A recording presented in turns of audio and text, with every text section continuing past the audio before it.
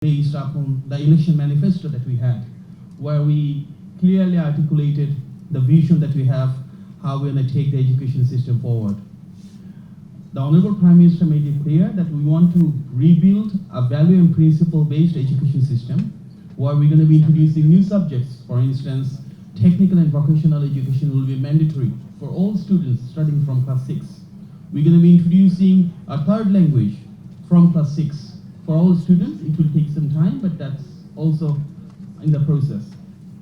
From class 4 onward, we're going to introduce 2 more subjects, compulsory for all students. One is culture and other is sports.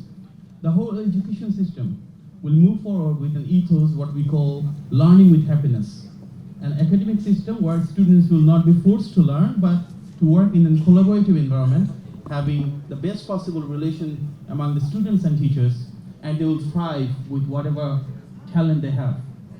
So these are some of the ethos, some of the principles we have. As we move forward, we need more support to implement those and materialize the vision.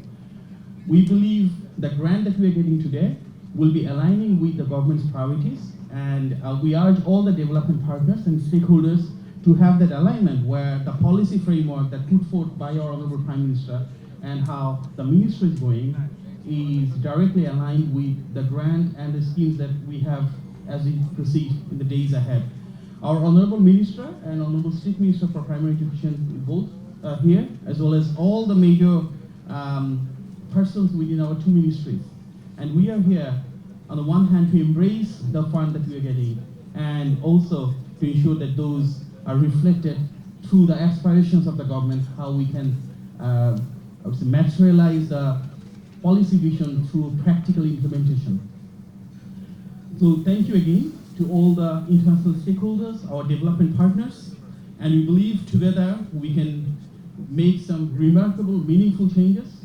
The education system should be much more inclusive, should be equitable, and that should create a platform where the disparity between the urban and the rural areas reduce, for which we are also focusing on technological intervention. For instance, one teacher, one tap program, multimedia classroom. We want to reduce disparity also from a pictorial side.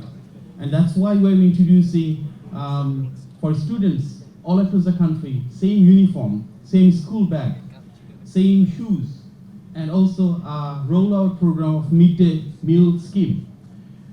That's still in a nascent stage. We have seen some feedback on midday meals where we need to reconfigure how things are done.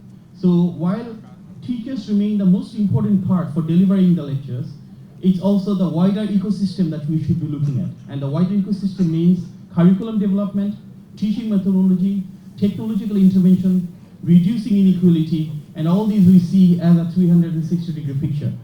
So towards that, teachers are the most important pillars. As our Honorable Prime Minister said, we need to enhance the capacity of the teachers. We need to train them, we need to groom them, and we need to ensure their personal and professional development takes place while it's integration of the global best practices as well. So what we understand, the grant system that we have right now and the multiplier grant heavily focuses on the teacher's capacity development, which 100% aligns with the vision that our Honorable Prime Minister holds as well. So as we move forward, we believe we'll be working together to ensure that on the one hand, the grants are used at the best of its capacity, and on the other hand, it also takes forward the government's agenda through a broader alignment of all the major stakeholders. So I thank you all, and now I'll just speak something in Bangla for our friends